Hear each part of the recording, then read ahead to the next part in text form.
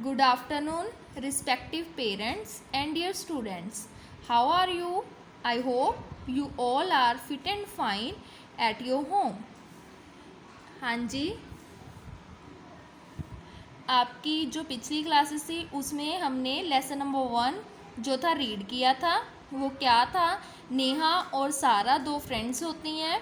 तो जो नेहा है उसको सिलना नहीं आता है और चैप्टर का नाम भी यही है, हाउ नेहा लर्न्स टू स्यू। तो सारा उसको सिलना सिखाती है। पहले जब नेहा सारा को सिलते देखती है उसकी ड्रेस का छेद, तो वो कहती है क्या तुम मेरी बारबी ड्रेस जो है उसको भी सिल दोगे? तो सारा कहती है ये बहुत ही इजी है, तुम खुद कर सकती हो। तो वो उसको नीडल देती है, सुई वो देती है, थ्रेड देती है, और वो फिर उसको इंस्ट्रक्शंस देती जाती है कि ऐसे धागा डालो, उसको फिर इधर से सिलो, होल के बीच में से धागा निकालो, ऐसे वो एडवाइस देती जाती है। और इस तरह वो नेहा जो है अपनी बारबी डॉल की ड्रेस कंप्लीट कर पाती है। आज हम उसका बुक वर्क डिस्कस करते हैं। Firstly A, tick the correct answer. Who was mending the doll? Doll जो थी वो किसने मेंड की थी? डॉल की जो ड्रेस थी वो किसने मेंड की थी? नेहा, सारा, नन ऑफ दीज। नेहा ने, सारा ने, या किसी ने भी नहीं, नन ऑफ दीज, इनमें से कोई नहीं। तो किसने की थी? नेहा ने।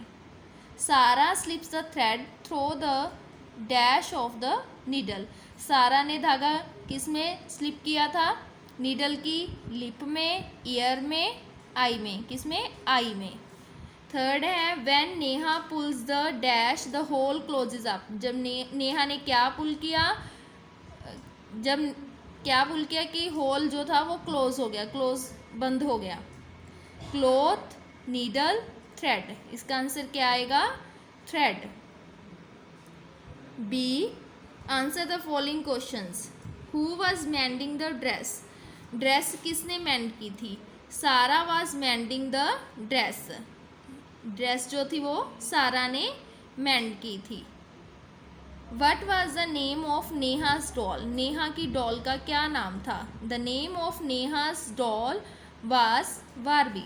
नेहा की डॉल का नाम बारबी था। Why was Neha afraid of stitching in beginning? शुरू में, बिगनिंग होता है शुरू में, नेहा अफ्रेड होता है डरना। नेहा क्यों डरती थी स्टिचिंग करने से? Because it was not that easy task. क्योंकि यह जो काम था वो इतना आसान नहीं था। Who helped Neha in stitching Barbies dress? Neha की हेल्प किसने की थी बारबी की ड्रेस सिलने में?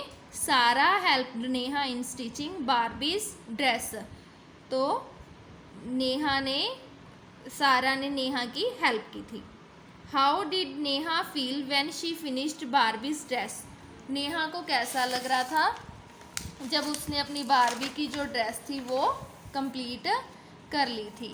आगे चलते हैं। It surprise Neha how easy it was. तो जो नेहा थी वो सरप्राइज हो गई थी कि ये कितना आसान है। नेक्स्ट है part C, fill in the blanks. Fill in the blanks हैं, ऊपर आपको ऑप्शंस दिए हुए हैं। तो फर्स्ट है सारा वाज डैश अ ड्रेस। सारा क्या कर रही थी? Mending a dress. Sarah slips the thread through the dash of the needle. Eye of the needle. Neha tries to push the dash through the dash. Neha ने क्या ट्राई किया पुश करना? Thread किस में से? नीडल में से। सारा नोट्स द थ्रेड फॉर। सारा ने गांठ लगाई थ्रेड को किसके लिए? नेहा के लिए। फिफ्थ है now dash dress is fine again. किसकी ड्रेस थी जो दोबारा फाइन हो गई थी? बारबी की। Barbies dress is fine again.